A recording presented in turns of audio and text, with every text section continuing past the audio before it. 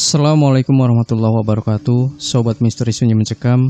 Cerita misteri kali ini berkisah tentang seorang dukun bayi yang diculik oleh lelembut, lebih tepatnya oleh siluman serigala. Dan nyaris saja dukun ini tidak bisa keluar dari alam siluman serigala. Bagaimanakah kisah selengkapnya? Langsung saja kita simak sebuah kisah misteri yang berjudul Dukun bayi diculik siluman serigala, nyaris tak bisa keluar dari alam gaib. Pukul 23:30, Nyi Rasi dikejutkan dengan kedatangan seorang pria bertubuh kekar yang memintanya agar membantu persalinan sang istri.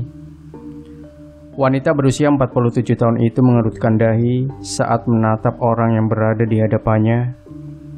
Pasalnya, pria itu memakai pakaian khas kerajaan. "Sampean siapa? Saya belum pernah melihatmu sebelumnya. Bukan warga sini ya?" tanya Nyi Rasi heran. "Saya Prana, cepat Nyi." Dengan raut wajah cemas, pria berambut gondrong tersebut menyeret Nyi Rasi keluar rumah, lalu menyuruhnya untuk menaiki kereta kencana yang dibawa oleh seekor kuda putih. Beragam pertanyaan muncul di benak dukun beranak itu. Dia merasa aneh dengan penampilan Prana, juga kereta kencana mewah yang ditumpanginya. Sebab kendaraan tersebut hanya dipakai pada zaman kerajaan. Kalaupun ada yang memakainya sekarang, mungkin cuma untuk karnaval atau iring-iringan pengantin menuju KUA, begitu pikirnya. Kereta kencana tersebut melaju cepat, membelah jalanan sempit yang minim penerangan. Malam itu tidak ada seorang pun yang berkeliaran di luar, padahal warga selalu meronda setiap malamnya. Hal tersebut membuat Nyi Rasi semakin kebingungan. Perasaan takut mulai menghampiri wanita berkebaya merah muda itu. Dia khawatir akan terjadi hal buruk. Terlebih lagi, Prana tidak menanggapi semua pertanyaan yang dilontarkannya. Dia semakin cemas kala kereta kencana melaju semakin kencang memasuki hutan. Kenapa masuk hutan? Apa ada pemukiman di sana? Nyi Rasi menangkupkan kedua telapak tangan, berharap Prana merespon pertanyaannya. "Iya," jawab singkat dari pria bermata belo itu, tak lantas membuat hati Nyi Rasi tenang. Wanita bersanggul itu justru semakin khawatir, karena setahunya tidak ada manusia yang tinggal di dalam hutan tersebut. Dia sangat gelisah, sampai-sampai hendak melompat dari kereta, tetapi ternyata tubuhnya sulit digerakkan. "Ah, siapa kamu sebenarnya? Mau dibawa kemana saya?" Kali ini dia bertanya dengan nada tinggi. "Nyai harus menolong istri saya," jawab Prana sambil menoleh. Deretan pepohonan semakin rapat, lolongan serigala terdengar begitu nyaring, ditambah suara-suara aneh yang membuat bulu kuduk Nyi Rasi meremang. Wanita itu berusaha menenangkan diri dengan memanjatkan doa keselamatan. Di tengah hutan yang gelap, kilatan cahaya putih menyilaukan muncul di depan mereka. Kemudian tampaklah keraton megah berdiri kokoh dikelilingi pagar tembok setinggi 2 meter. Nyi Rasi terperangah melihat pemandangan di depannya. Beberapa kali dia menepuk pipi, berpikir bahwa dirinya sedang bermimpi. "Mari Nyi, istri saya harus segera ditolong," ajak Prana. Pria itu menuntun Nyi Rasi memasuki keraton tersebut. Mereka menuju sebuah kamar yang pintunya terbuka lebar. Seorang wanita bergaun merah dengan perut buncit sedang terbaring di atas ranjang berukiran indah. Dia merintih kesakitan seraya meremas bantal yang menjadi sandaran kepalanya. "Tolong Nyi," lirihnya. Nyi Rasi segera memegang kedua kaki istri Prana, lalu menekuk dan membukanya lebar-lebar. Dengan keringat bercucuran, dia memerintahkan wanita berkulit putih itu untuk mengejan. Sementara di luar sana, lolongan serigala semakin memekakkan telinga. Mereka saling bersautan, seperti ada belasan atau mungkin puluhan ekor. Setelah 30 menit wanita berambut panjang itu berjuang mempertaruhkan nyawanya, sang jabang bayi pun terlahir dengan selamat. Bayi tersebut berjenis kelamin laki-laki. Dengan bangga Nyi Rasi memberitahukan hal itu kepada Prana. "Terima kasih, Nyai," ucap ibu si bayi. Dukun beranak yang terkenal ramah itu pun membalasnya dengan senyuman manis. 1 jam berlalu, sekitar pukul 1 dini hari, Nyi Rasi berpamitan untuk pulang setelah semuanya selesai. Namun Prana memintanya agar beristirahat di keraton sampai hari benar-benar terang. Meski sedikit keberatan, tetapi akhirnya dia menuruti permintaan pria brewokan itu. "Biar dia jadi santapanku, Kanda. Aku lapar," ucap istrinya Prana. "Jangan, Dinda. Kita hanya boleh memangsa manusia yang belum menikah saja." Tanpa disadari, percakapan mereka didengar oleh Nyi Rasi yang sedang mengintip. Wanita berkulit kuning langsat itu pun sangat ketakutan. Sekuat tenaga dia berlari saat Prana menyadari keberadaannya. "Kau tidak akan bisa lari, Nyai." Prana berdiri di depan gerbang. "Halimun, Halimun, Halimun!" teriaknya seraya menadahkan tangan. Tiba-tiba kabut tebal menyelimuti tempat tersebut, membuat pandangan Nyi Rasi menjadi kabur. Dia terperanjat saat mendapati bahwa Prana dan keratonnya menghilang begitu saja. Saat ini di sekelilingnya hanya ada deretan pepohonan tinggi menjulang. Keadaan hutan yang benar-benar gelap membuat Nyi Rasi menangis ketakutan. Dia bingung entah harus melangkah ke arah mana. Wanita itu bersandar pada pohon jati berukuran besar sambil berdoa memohon pertolongan. Tiba-tiba sekelebat bayangan putih muncul di hadapannya, diiringi dengan suara cekikikan khas kuntilanak. "Ah!" jeritnya sekuat tenaga. Dia langsung berlari cepat menerobos semak dan pohon-pohon kecil. Napasnya terengah-engah. Wanita itu hampir putus asa. Dia berhenti sejenak untuk mengatur napas, lalu kembali melanjutkan perjalanannya. Tanpa disadari, Nyi Rasi berjalan menuju jurang yang tidak terlalu dalam. Akibatnya dia terperosok dan terguling hingga ke dasar jurang tersebut. Sekujur tubuhnya terasa nyeri. Tangan dan wajahnya dipenuhi luka sayatan karena tergores ranting-ranting kering. Dia merangkak dan berusaha untuk bangkit. Tetapi tiba-tiba wanita itu dikejutkan dengan kemunculan sosok ular berkepala manusia. "Ah, tidak!" Nyi Rasi terkulai lemas dan tak sadarkan diri. Hari sudah siang, teriknya sinar matahari menyadarkan Nyi Rasi dari pingsannya. Dia memandangi sekitar, lalu menangis terisak ketika mengetahui kalau dirinya masih terjebak di hutan. Di tengah keputusasaan, dia melihat beberapa orang pencari kayu bakar sedang berjalan ke arahnya. Nyi Rasi tersenyum lega, lalu berteriak meminta tolong sambil melambaikan tangan. Namun, orang-orang itu malah melewatinya begitu saja. Mereka seolah-olah tidak melihatnya yang sedang terduduk lemas. "Pak, tolong saya," pintanya. "Kalian mendengar suara?" tanya pria bercaping hijau. "Iya, jadi merinding," sahut temannya. "Tolong Pak, saya di sini," lirih Nyi Rasi. Orang-orang tersebut malah berlari tunggang langgang sambil berteriak, "Setan!" Janda beranak 3 itu lantas histeris melihat orang-orang tersebut ketakutan. Dia bingung mengapa mereka tidak melihat keberadaannya, padahal jarak mereka cukup dekat. Dia menangis sesenggukan, dalam hatinya berkata, "Apa aku sudah mati?" Nyi Rasi menarik napas panjang, lalu membuangnya pelan-pelan. Dia mencoba berdiri dengan berpegangan pada pohon yang terlihat rapuh. Wanita malang itu kemudian melangkah pelan sambil memegangi lututnya yang terasa nyeri. Selain para pencari kayu bakar tadi, Nyi Rasih tidak menjumpai satu orang pun di hutan tersebut.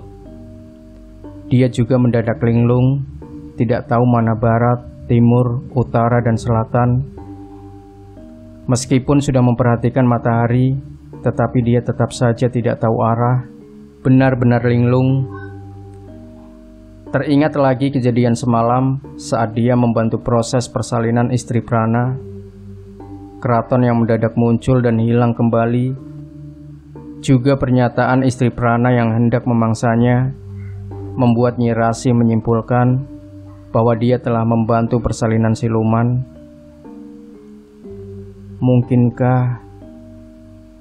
Mungkinkah siluman ular itu, gumamnya, mengingat kembali ular berkepala manusia yang dia jumpai sebelum tidak sadarkan diri.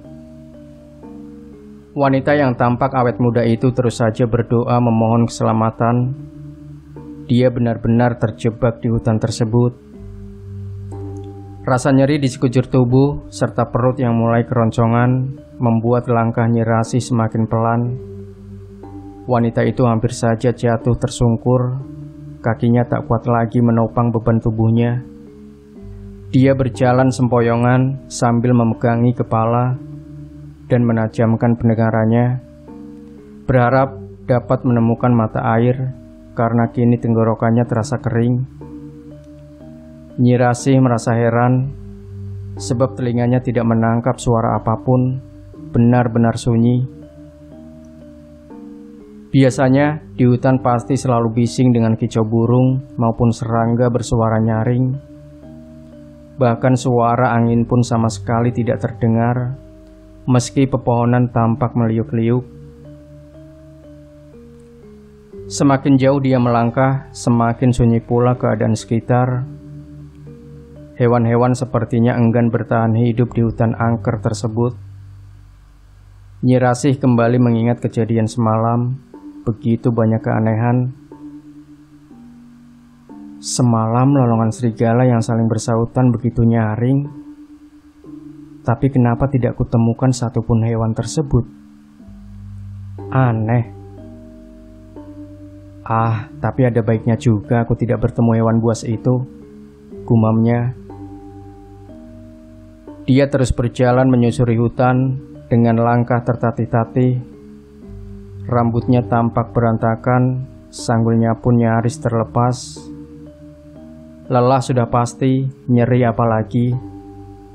Namun, dia masih terus berjalan walau tak tahu arah yang dituju. Seulas senyum mengembang di wajahnya kala melihat tumpukan kayu bakar di depan sana. Dia yakin kalau nanti akan ada orang datang untuk mengambil kayu-kayu tersebut. Dengan hati sedikit lega, dia bergegas mendekati tumpukan kayu itu, lalu duduk di sampingnya, menunggu sang pemilik kayu datang agar dirinya mendapat pertolongan. Menit demi menit telah berlalu, bahkan jam pun sudah berganti. Lelah Nyi Rasih menunggu, tetapi tak ada seorang pun yang datang. Dia gelisah juga khawatir dengan nasibnya sendiri. Selain itu, dia juga memikirkan keadaan putra bungsunya di rumah. Lana pasti sedang kebingungan mencariku. Ya Allah, beri aku petunjuk agar bisa keluar dari hutan ini, rutuknya. Nyi Rasih bangkit dari duduknya, lalu kembali melanjutkan perjalanan meski tenaganya kian melemah. Bulir bening berjatuhan di pipinya, membayangkan jika hidupnya berakhir di hutan itu. Sementara di rumahnya, Lana yang terbaring di kursi panjang sedang menangis sesenggukan sambil memanggil-manggil ibunya. Sejak pagi tadi, dia sudah kebingungan mencari keberadaan sang ibu. Astri yang juga merasa khawatir terus berusaha menenangkan adiknya yang baru berusia 9 tahun itu. Sedangkan Janah, anak tertua Nyi Rasih, sedang melakukan pencarian bersama suaminya. Sebelumnya pada pukul 6 pagi, Lana terkejut karena sang ibu tidak berada di rumah. Namun dia masih bisa berpikir positif. Barangkali ibunya sedang berada di rumah kakak-kakaknya. Namun Lana kecewa karena sang ibu juga tidak berada di sana. Awalnya Janah dan Astri masih berpikir positif. Barangkali Nyi Rasi sedang membantu proses persalinan di desa sebelah. Tetapi karena sampai siang dia belum datang juga, mereka pun menjadi khawatir. Hari ini Lana gak mau sekolah. Lana mau cari ibu, teriak bocah manja itu. Hingga sore menjelang, Nyi Rasi tak kunjung ditemukan. Janah dan suami pulang dengan hati gelisah. Tangis Lana semakin menjadi saat Janah memutuskan untuk berhenti mencari, sebab khawatir dengan keadaan anaknya yang sendirian di rumah. Yang sabar, Le. Ibu pasti baik-baik saja. Sebentar lagi juga pulang, ucap Astri. Tri, Mbak pulang dulu ya. Kasihan Teddy sendirian di rumah. Kita berdoa saja semoga ibu baik-baik saja. Barangkali memang sedang membantu pasiennya di desa sebelah. Kamu nginap aja di sini, jagain Lana, ucap Janah. Iya Mbak, Mas juga pulang ya. Nanti habis Isya Mas kesini lagi. Mudah-mudahan ibu segera pulang, timpal Ayub suaminya Janah. Astri bergegas mengambil wudhu karena hendak melaksanakan sholat asar. Sementara tanpa dia sadari, Lana berlari keluar rumah untuk mencari ibunya. Ikatan batin antara anak dengan sang ibu memang kuat, sehingga Lana memutuskan untuk pergi ke hutan. Beberapa orang yang dilewatinya sempat melarangnya untuk pergi, tetapi kemudian mereka tidak peduli karena Lana tidak bisa dicegah. Ibu, ibu, teriak Lana. Le, jangan masuk lebih dalam. Sebaiknya kamu pulang. Siapa tahu ibumu sudah berada di rumah, ucap Junet, warga pemilik peternakan domba yang berpapasan dengan Lana saat sedang mencari rumput. Ibu nggak ada dari pagi, Pak De. Lana yakin ibu di hutan. Lana mau cari ibu. Bocah itu lantas berlari cepat memasuki hutan lebih dalam lagi. Junet yang memikul rumput satu karung penuh tidak dapat mencegah bocah kurus itu. Dia pun bergegas menyimpan rumput di kandang yang letaknya tidak jauh dari hutan tersebut. Kemudian dia berlari menuju rumah Janah untuk memberitahukan bahwa Lana pergi ke hutan. Janah, Ayub, teriak Junet panik sambil menggedor pintu rumah mereka. Ada apa Mas? Tanya Ayub. Itu si Lana masuk ke hutan. Saya sudah mencegahnya, tapi dia tetap nekat lari ke sana, ujar Junet dengan napas ngos-ngosan. Apa? Ayub terkejut. Astri gimana sih? Kok adiknya tidak dijaga? Gerutunya. Janah yang sedang menyuapi Teddy pun lantas terkejut mendengar hal tersebut. Gimana Lana Mas? Tanya Janah cemas. Mas akan cari dia, kamu tenang saja, jagain Teddy. Nanti Mas mau minta bantuan Pak RT dan warga lainnya, sekalian cari ibu juga, jawab Ayub lalu bergegas ke rumah Pak RT. Setelah terkumpul 8 orang, mereka pun segera bergegas menuju hutan sambil membawa senjata tajam untuk jaga-jaga. Begitu memasuki hutan, mereka berpencar menjadi 3 kelompok agar Lana dapat segera ditemukan. Lana, di mana kamu, Le? Teriak Ayub. Nyi Rasi yang tertidur di bawah pohon lantas terperanjat saat mendengar seperti ada yang memanggil nama anaknya. Dia pun bangkit lalu berjalan celingukan mencari tahu sumber suara. Lana, Lana, lirihnya. Ibu. Lana, kamu di mana, Nak? Ibu di sini, teriak Nyi Rasi. Dia berlari ke sana kemari mencari keberadaan putranya tersebut. Namun suara-suara itu tak terdengar lagi olehnya.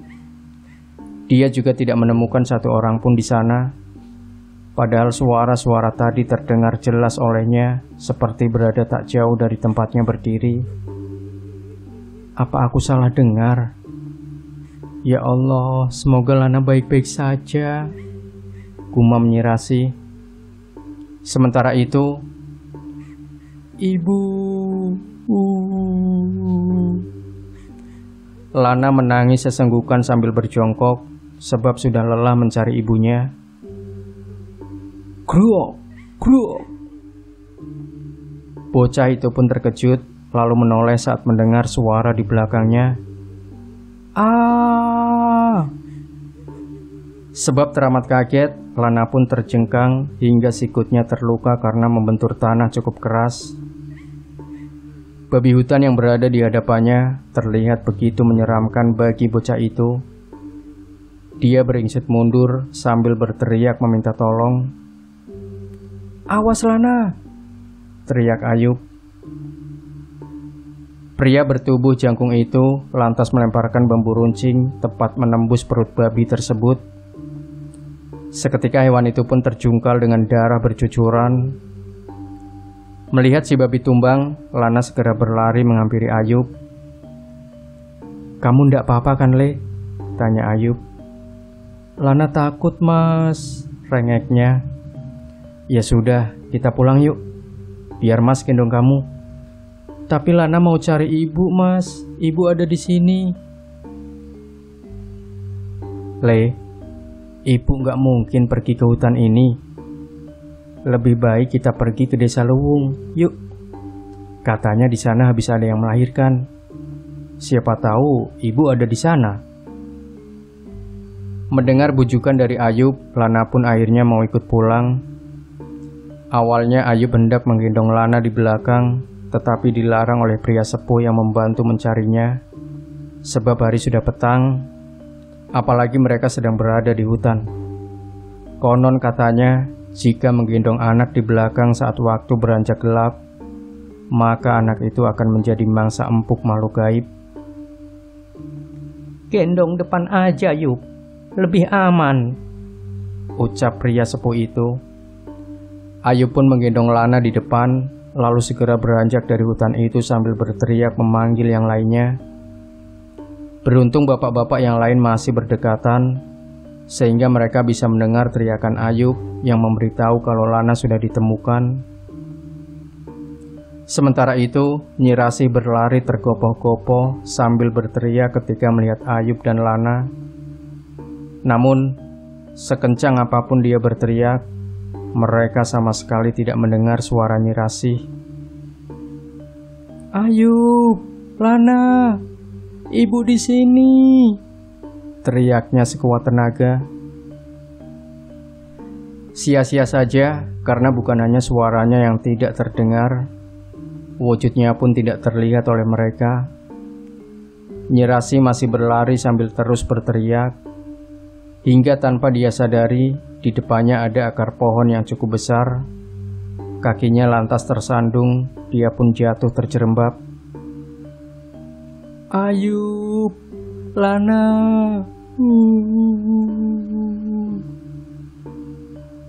Melihat mereka semakin jauh, Nyirasi bangkit dan kembali berjalan, meski tubuhnya terasa sangat lemas dan sakit.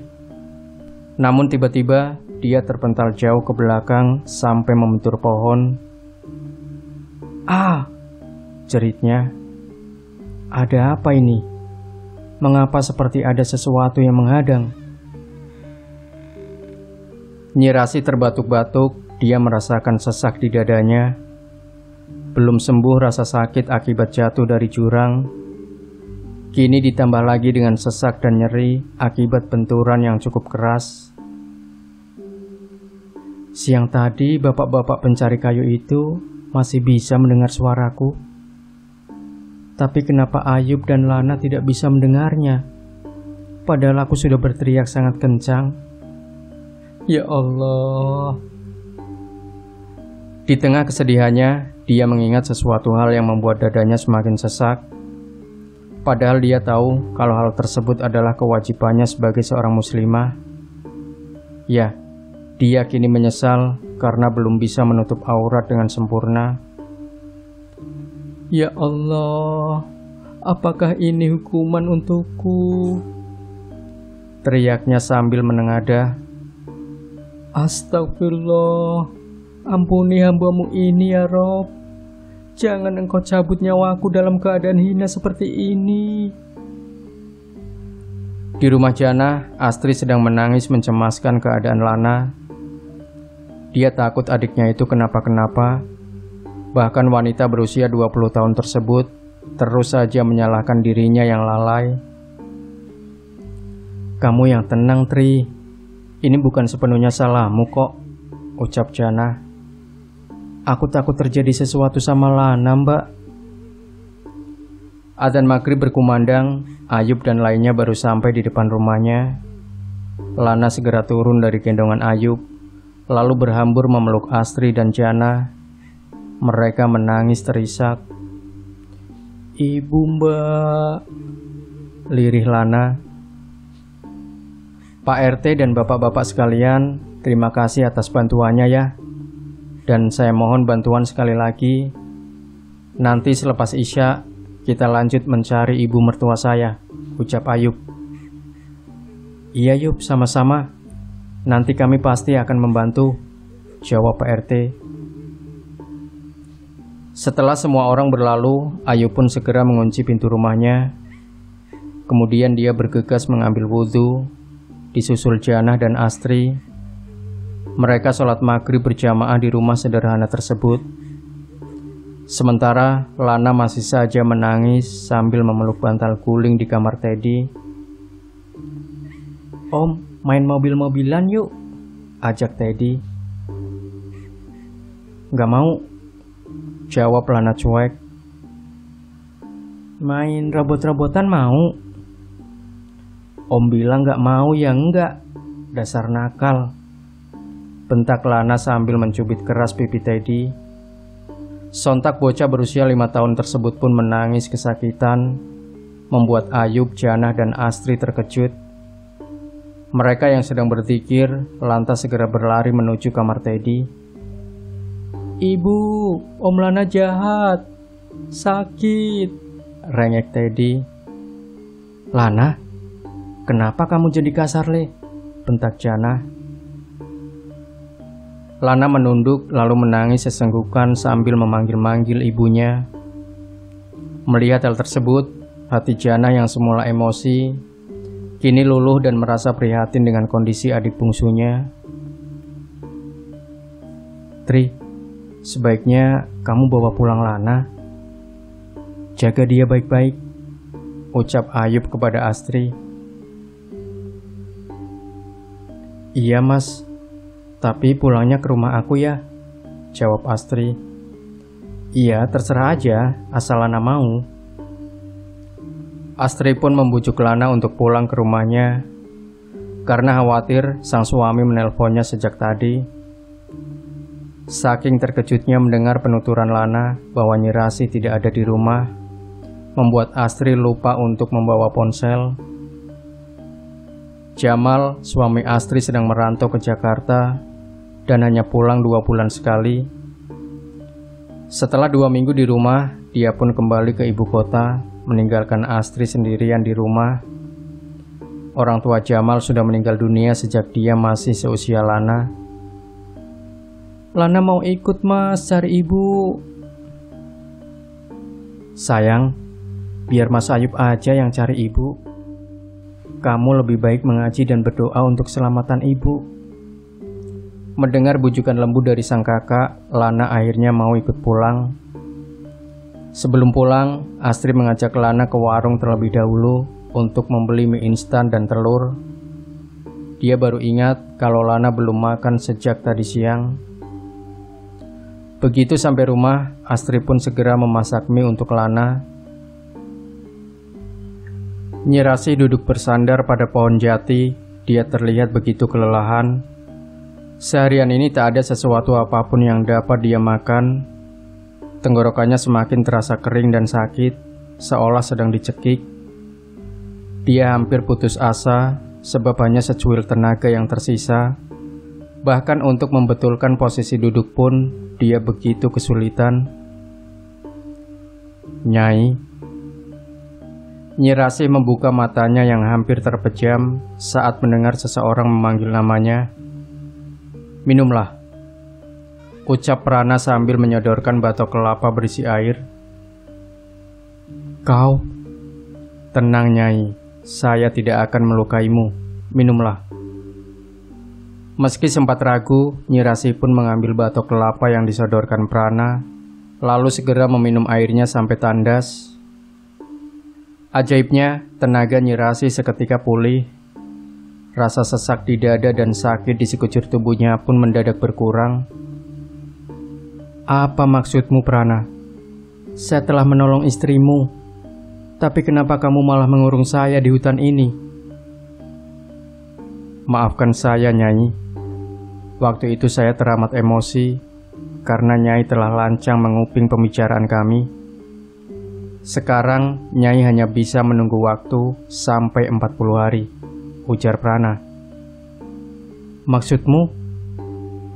Sekali lagi maaf, saya sudah terlanjur memasang lingkup halimun sehingga Nyai tidak dapat keluar dari hutan ini sebelum 40 hari.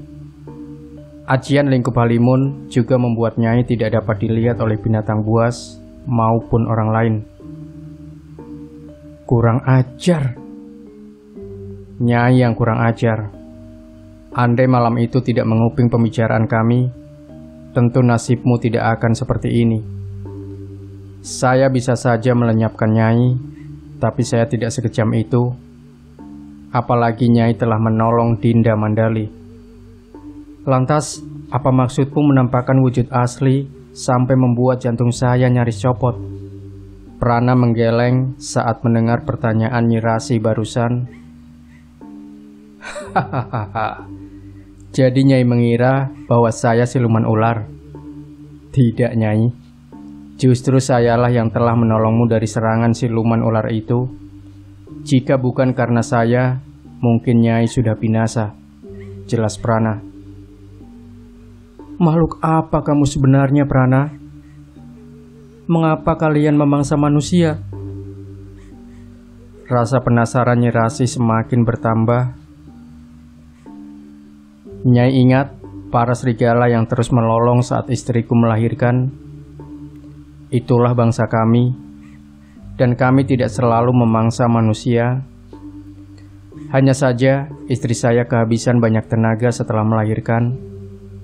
Maka dari itu, dia membutuhkan darah dan daging manusia untuk memulihkannya. Siluman serigala. Prana menanggapi pertanyaan Nyi Rasi dengan mengangguk sambil tersenyum. Kemudian Prana juga memberitahukan bahwa dialah yang membuat Nyi Rasi tidak bisa mendengar apa-apa siang tadi. Sebab di sekelilingnya ada banyak babi hutan berkeliaran. Prana juga membuat babi itu tidak terlihat oleh Nyi Rasi agar dia tidak ketakutan dan bertambah panik. Prana juga mengaku bahwa telah membuat tubuh Nyi Rasi sedikit kebal, sehingga tidak terluka parah saat membentur pohon. Ya, tentu saja Nyi Rasi bisa terluka parah karena benturan keras tadi, atau bahkan mungkin sampai meninggal jika Prana tidak melakukan hal itu. Kenapa kamu tidak mematahkan ajian itu, Prana? Tolong, saya rindu anak-anak. Pinta Nyi Rasi. Kalau saja bisa, tentu saya akan melakukannya sejak tadi, Nyai. Ajian lingkup halimun hanya akan hilang setelah 40 hari. Nyai tenang saja, saya akan melindungimu selama berada di sini.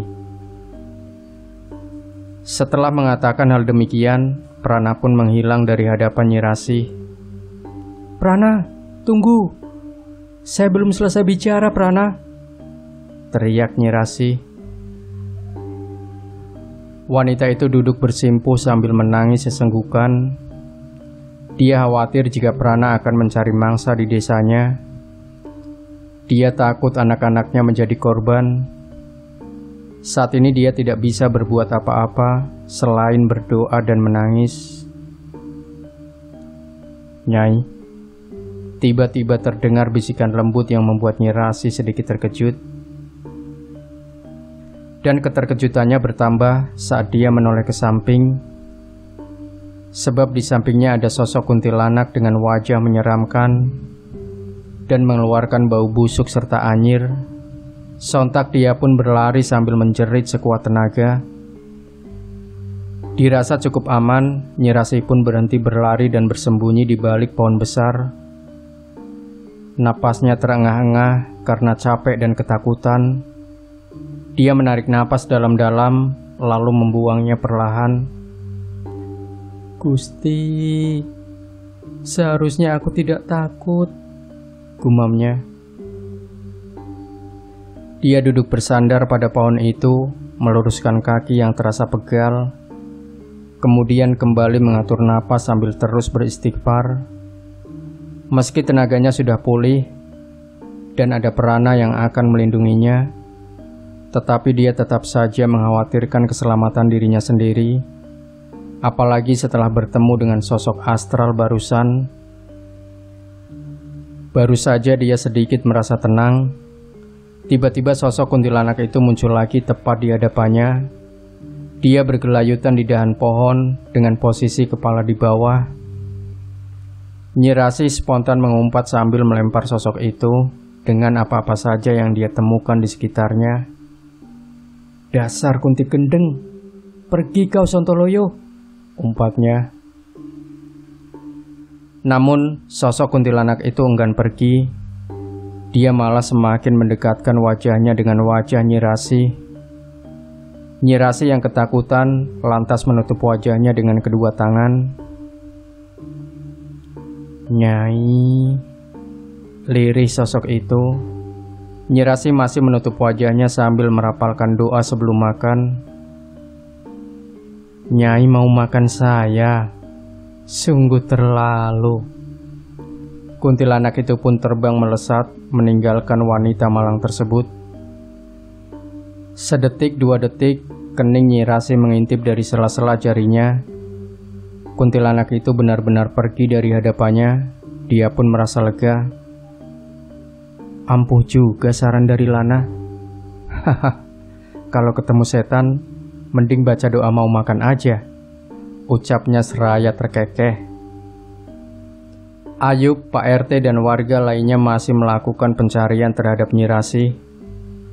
Mereka mendatangi warga desa Luwung yang biasa meminta bantuan Nyi Rasi. Namun, semua yang ditanyai menjawab tidak tahu. Ayub meneteskan air mata. Dia lelah, tapi juga mencemaskan reaksi istri dan kedua adik iparnya jika mengetahui kalau dirinya gagal menemukan Nyi Rasi. "Bagaimana Yub? Masih mau melanjutkan pencarian?" tanya Pak RT. Ayub hanya bergeming. "Maaf, kalau boleh usul, sebaiknya kamu temui Mbok Nilam. Siapa tahu dia bisa memberimu petunjuk tentang keberadaan mertuamu," ujar pria berkaus coklat, Bodin namanya. "Mbok Nilam?" tanya Ayub. "Iya, dia tinggal di dusun 13 desa ini. Katanya dia cenayang. Sudah banyak juga kasus orang hilang yang dia temukan," jawab Bodin. Ayub mengangguk-angguk lalu berkata, "Jenengan bisa antar saya ke sana?" Bodin pun bersedia untuk mengantarnya. Ayub dan Bodin segera bergegas menuju dusun 13. Sementara Pak RT dan yang lainnya memilih untuk pulang. Mereka berjalan kaki dengan jarak belasan kilometer. Sesampainya di depan rumah Mbok Nilam, mereka segera mengetuk pintu sambil mengucap salam. Seorang wanita tua berkerudung abu-abu membukakan pintunya, lalu menyuruh mereka untuk masuk. Setelah duduk, Ayub langsung menjelaskan apa maksud kedatangannya. Mbok Nilam mengangguk, kemudian bertanya, Siapa nama ibu mertuamu? Rasih, Mbok.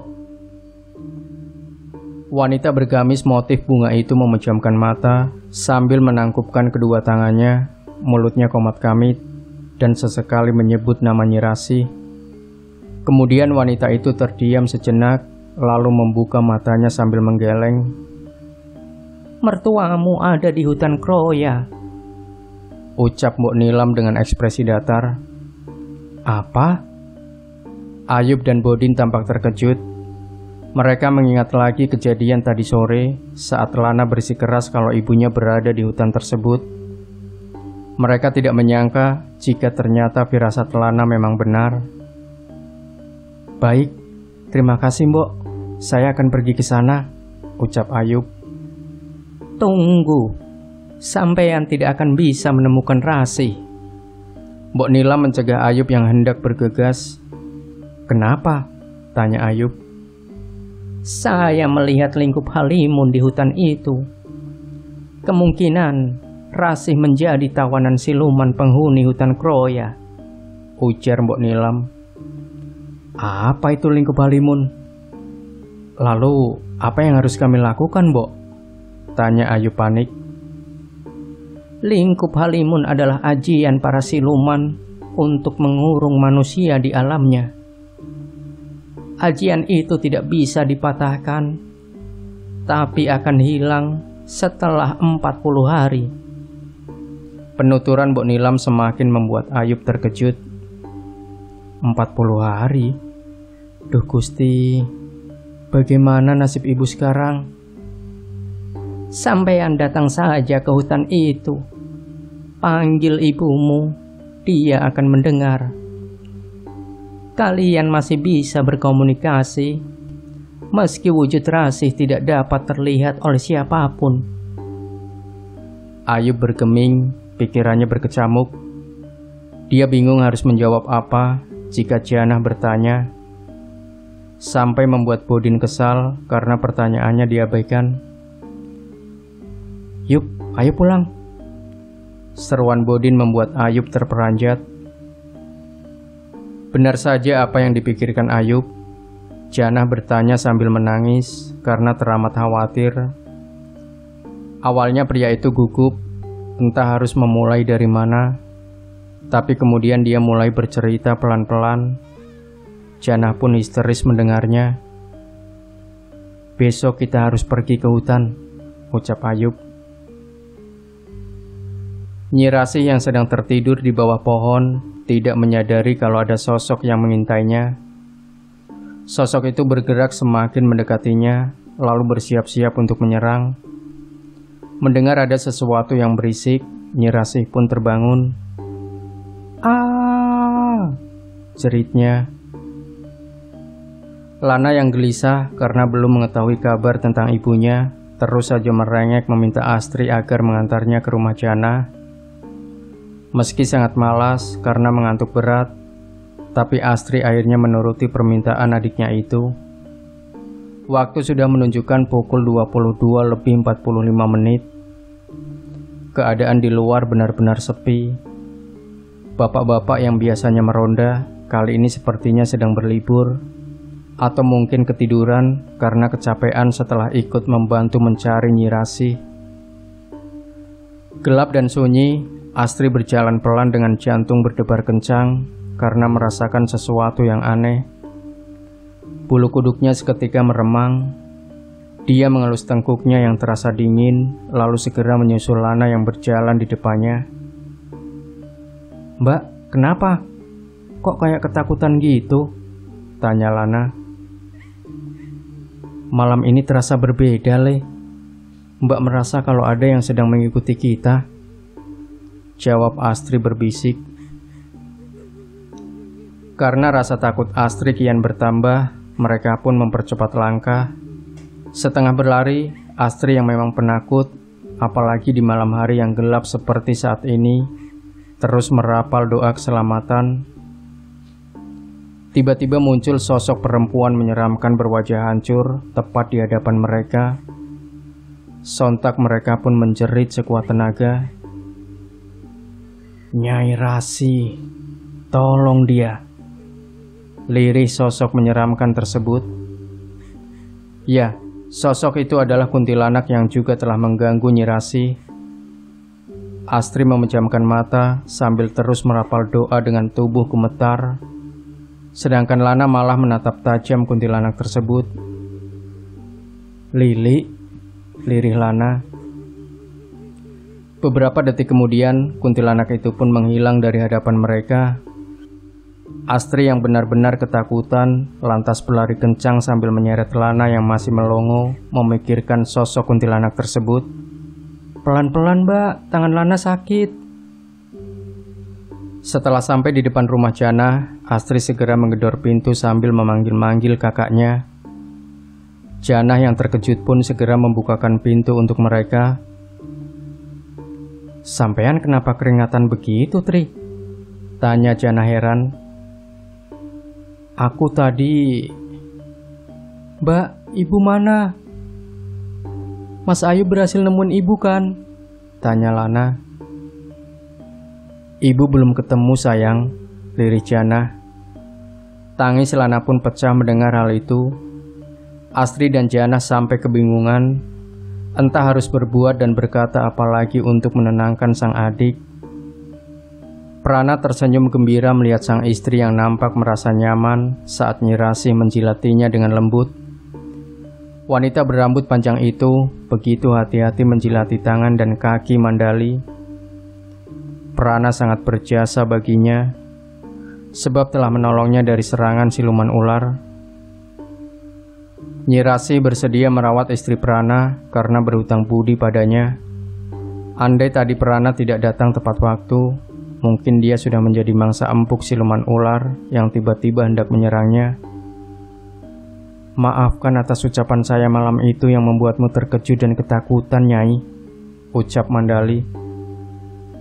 Ndak apa-apa, saya yang salah karena telah lancang menguping dan mengintip, jawab Nyi Rasi. Kanda, Dinda lapar sekali. Apa Kanda mendapatkan makanan? Tanya Mandali kepada Prana. Ada, Dinda, ucap Prana lalu bergegas menuju ruangan lain di keraton tersebut. Beberapa saat kemudian, Prana kembali sambil menggendong babi hutan yang sudah mati. Mata Nyi Rasi membelalak melihat hal tersebut. Apalagi saat Prana menyerahkan babi itu ke pangkuan Mandali. Tiba-tiba Mandali melolong, lalu seketika kepalanya berubah menjadi serigala. Tentu saja hal itu membuat Nyi Rasi terlonjak kaget dan ketakutan. Tenang, Nyai, ucap Prana.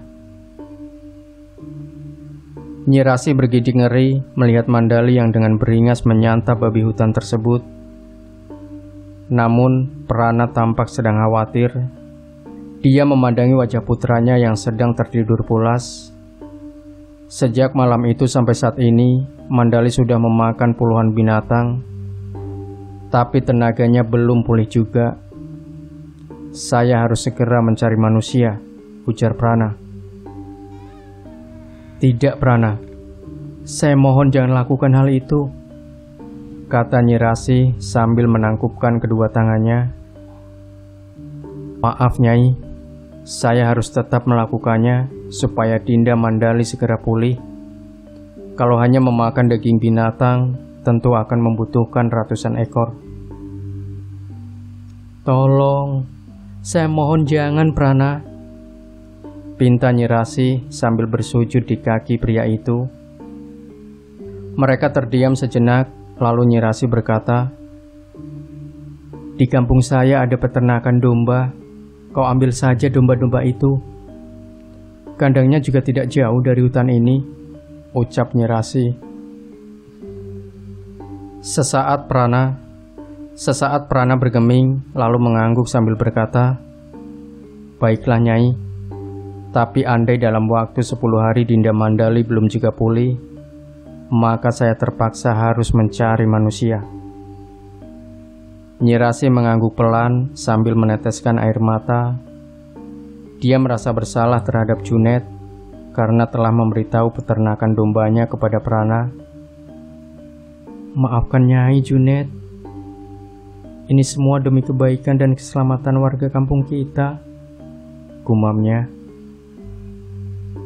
Pukul 6 pagi, Ayub dan Astri bersiap-siap untuk pergi ke hutan. Mereka sengaja pergi pagi-pagi sekali agar Lana tidak mengetahuinya. Selain mereka berdua, juga ada Bodin, Junet, dan Pak RT yang bersedia untuk membantu mencari Nyi Rasi ke hutan. "Hati-hati ya Mas, semoga ibu bisa ditemukan," ucap Jana. "Amin." "Astri, kamu nunggu di luar.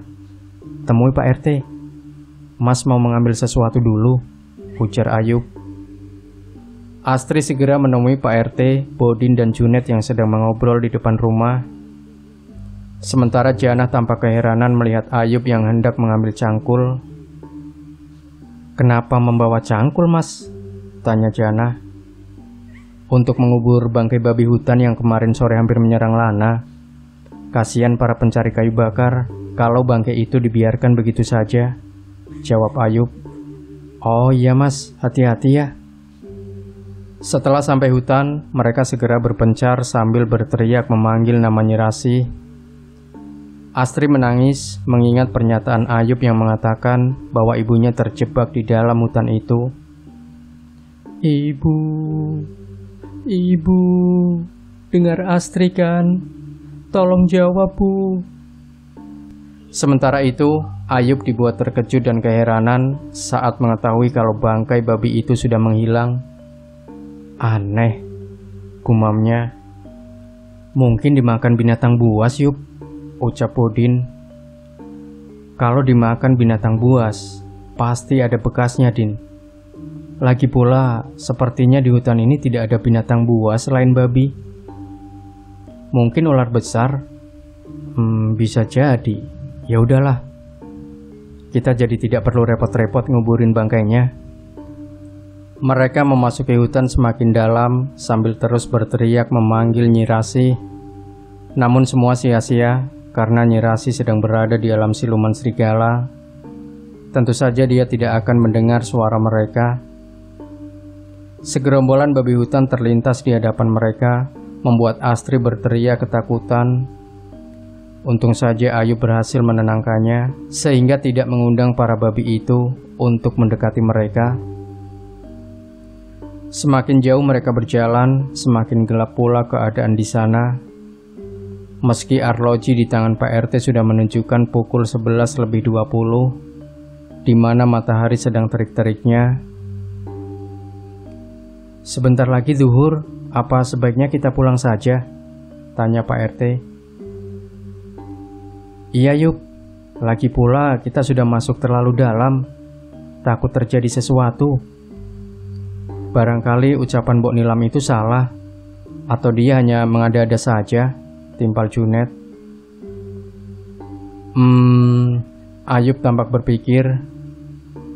"Baik, kita pulang saja," tambahnya.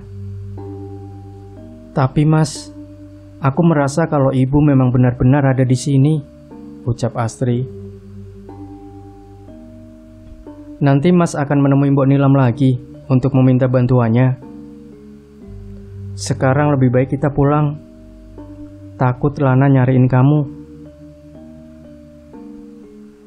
Astri pun setuju untuk pulang, meski hatinya berkata kalau dia harus tetap mencari sampai sang ibu ditemukan.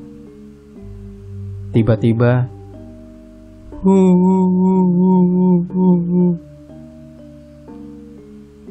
"Kalian dengar orang nangis?" tanya Pak RT sedikit terkejut. Ayub, Astri, Junet, dan Bodin pun mengangguk dengan memasang wajah ketakutan. Pak RT celingukan mencari tahu suara tangisan siapa.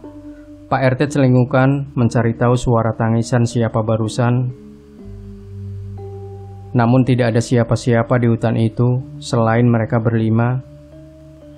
Cukup lama mereka terdiam sambil menenangkan pikiran masing-masing sebelum melanjutkan perjalanan pulang.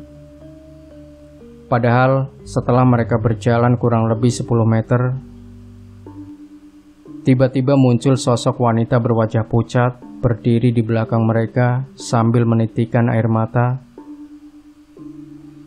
Sementara di rumah, Janah bersusah payah membujuk Lana agar mau makan, tapi bocah itu sama sekali tidak menanggapinya. Lana hanya bengong dengan air mata yang terus berderayan di pipinya. Pikiran Janah kacau. Dia hampir saja membanting piring berisi nasi dan lauk saat anaknya juga ikut-ikutan rewel.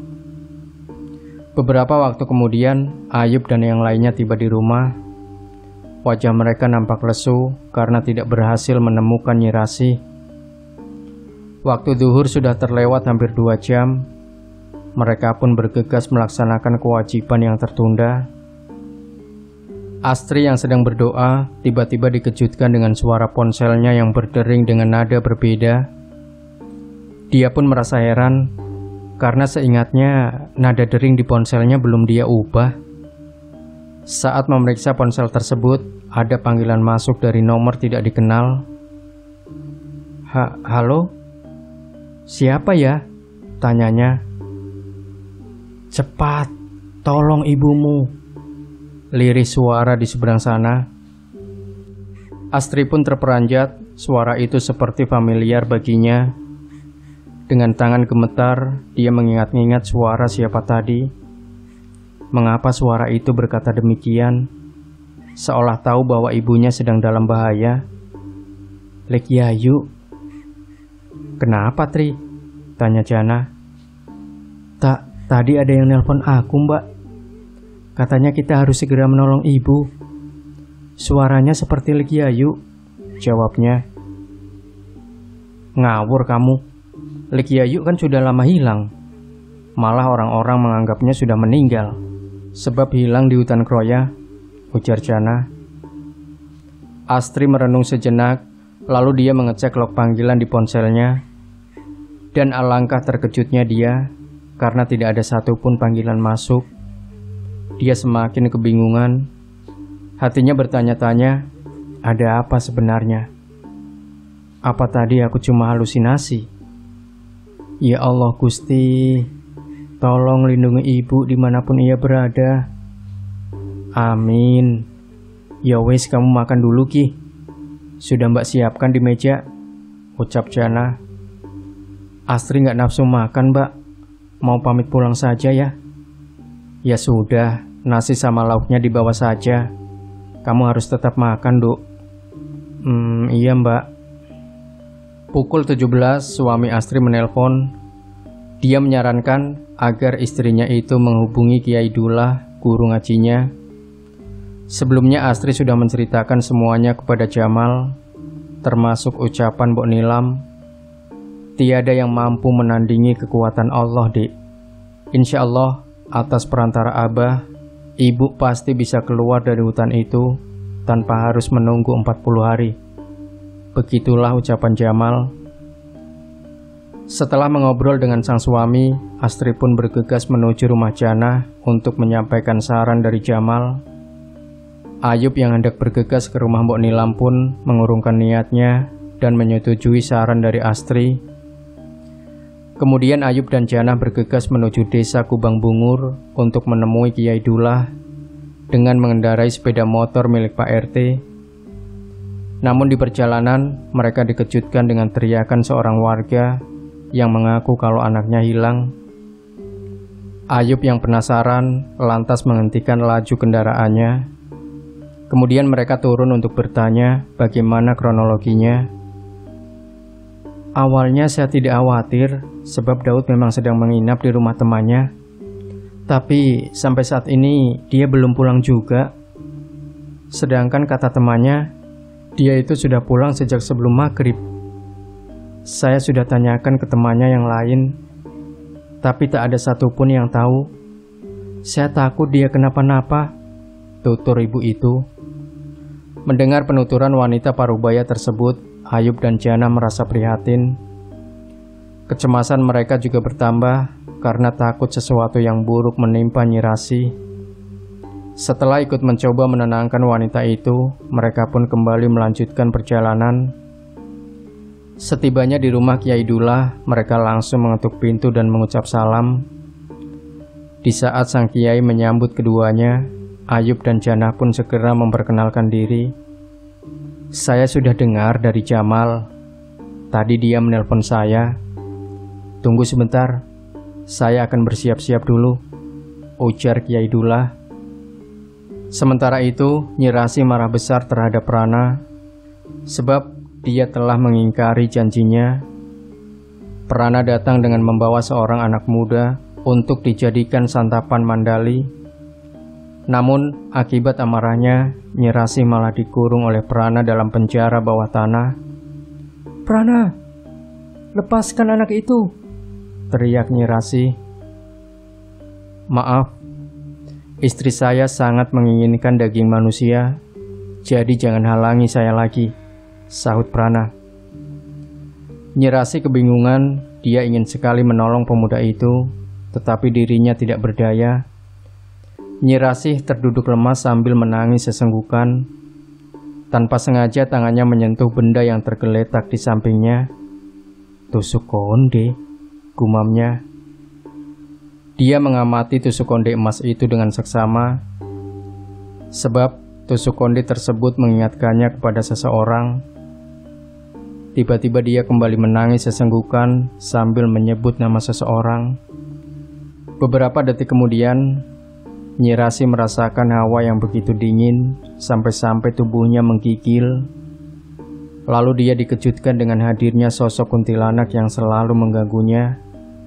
Tapi kali ini Nyi Rasi tidak takut sama sekali, malah penasaran dengan sosok itu. "Nyai," lirih kuntilanak itu. "Ya yuk," pekik Nyi Rasi. Kuntilanak itu mengangguk, membuat Nyi Rasi syok. "Apa yang telah terjadi padamu, Yuk?" tanyanya. "Tubuh saya telah dimangsa siluman itu, Nyai." "Apa?" "Ya, sekarang saya akan membantumu keluar dari keraton ini. Saya takut Prana akan mencelakaimu." Tanpa aba-aba, kuntilanak itu melesat masuk ke dalam tubuh Nyi Rasi. Dan setelah dirasuki sosok Yayu, Nyi Rasi bisa dengan mudah keluar dari penjara itu melalui celah yang sempit. Dia lalu terbang melayang membawa Nyi Rasi keluar dari keraton. Setelah agak jauh dari keraton, kuntilanak Yayu pun keluar dari tubuh Nyi Rasi. Dukun beranak itu kini merasakan pusing luar biasa. Dia pun ambruk ke tanah, sebab matanya berkunang-kunang. Namun, semenit kemudian dia bangkit karena rasa pusingnya perlahan hilang. "Cepat lari, Nyai, sebelum Prana menyadari kalau dirimu berhasil keluar. Jangan lupa terus berdoa." Usai mengatakan hal itu, kuntilanak itu pun menghilang. "Ya yuk," teriak Nyi Rasi. Karena tidak ada tanda-tanda kemunculan hantu sahabatnya lagi, Nyi Rasi pun segera berlari semakin menjauhi keraton. Namun, di tengah perjalanan, dia kembali mengingat pemuda yang akan dijadikan santapan mandali. Dia pun menghentikan langkah karena berniat ingin menolong pemuda itu. "Ibu!" Baru saja hendak melangkah, Nyi Rasi terkejut karena mendengar suara Astri memanggilnya. Dia pun menyahuti panggilan itu sambil tersenyum gembira. Lamat-lamat, dia melihat setitik cahaya jauh di depan sana.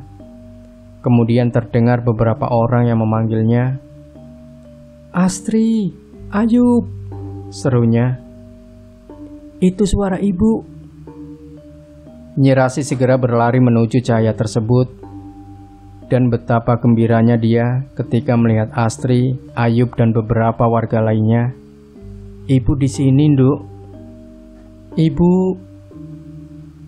Astri kebingungan sebab suara Nyi Rasi begitu dekat, tetapi sosoknya tidak tampak di hadapan mereka. "Ibu di mana?"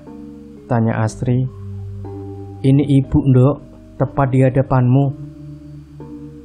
"Ingat perkataan Mbok Nilam, kita tidak bisa melihat ibu karena ajian itu," ujar Ayub.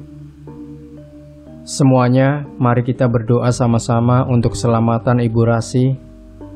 Saya akan mencoba mematahkan ajian ini, ucap Kiai Dullah.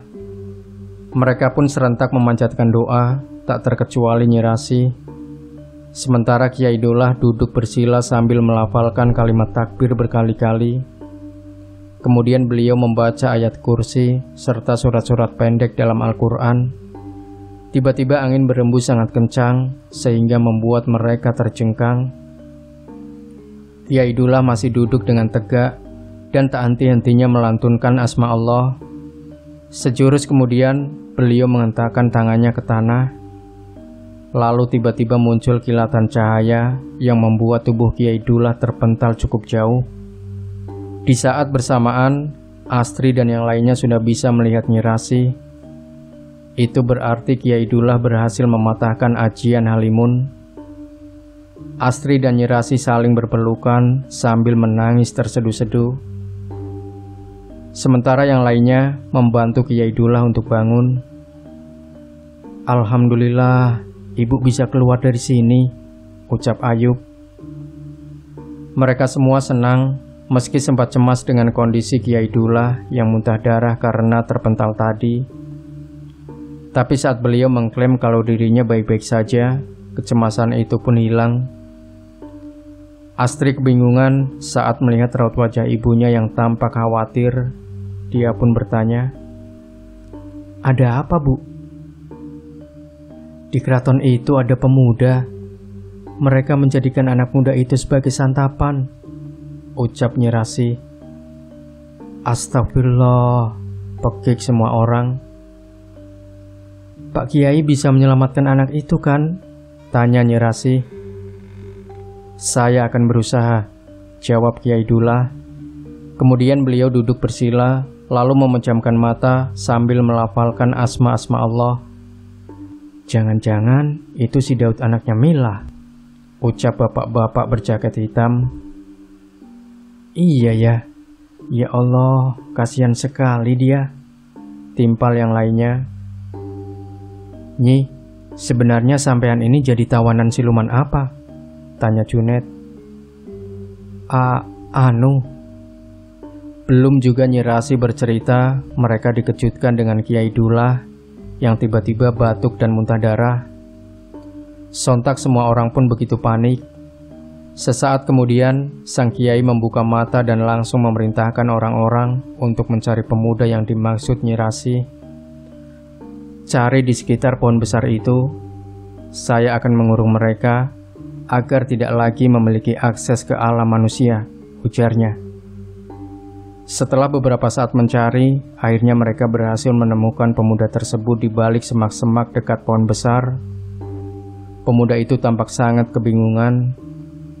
"Ini memang Daud, anaknya Bu Milah. Syukurlah bisa selamat." Ada apa ini? Kenapa saya ada di sini?" tanya Daud sambil memegangi kepalanya yang sakit. Mereka bergeming karena bingung harus berkata apa. Kemudian Kiai Dullah memberitahukan kalau beliau telah berhasil memagari keraton Prana, sehingga dia dan siluman lainnya tidak akan bisa mengganggu manusia lagi. Mereka pun bergegas pulang karena takut ada binatang buas. Terlebih lagi, malam semakin larut. Tentu akan sangat berbahaya jika berlama-lama berada di dalam hutan. Melihat Astri datang bersama sang ibu, Lana langsung berhambur memeluknya. Mereka menangis terisak, sebab terlampau bahagia karena bisa bertemu kembali dengan orang terkasih. Begitupun dengan Bu Milah, dia sangat gembira mengetahui anaknya telah ditemukan, meski Daud masih nampak seperti orang linglung. Astri, Janah, dan Ayub sangat berterima kasih kepada Kiai Dullah serta para warga yang membantu. Tanpa bantuan mereka, mungkin saja Nyi Rasi tidak akan bisa selamat. Nyi Rasi sangat bersyukur. Banyak sekali pelajaran yang bisa dia ambil atas kejadian tersebut. Sambil menggenggam erat konde emas milik Yayu, dia berjanji bahwa akan membantu siapa saja yang butuh pertolongannya. tanpa meminta bayaran sepeser pun. Sejak saat itu pula, Nyi Rasih tak lagi memakai kebaya dan sanggul, tapi dia kini menutup kepalanya dengan hijab panjang dan membalut tubuhnya dengan pakaian syar'i. Dia juga tidak mau dipanggil dengan sebutan Nyai lagi, dan kini orang-orang menyapanya dengan sebutan Mak Rasih, dukun beranak tanpa bayaran. Demikian Sobat Misteri Sunyi Mencekam, jangan lupa berikan komentar Anda, like, share video ini, subscribe channel Sunyi Mencekam, dan nantikan kembali cerita-cerita misteri terbaru dari kami. Wassalamualaikum warahmatullahi wabarakatuh.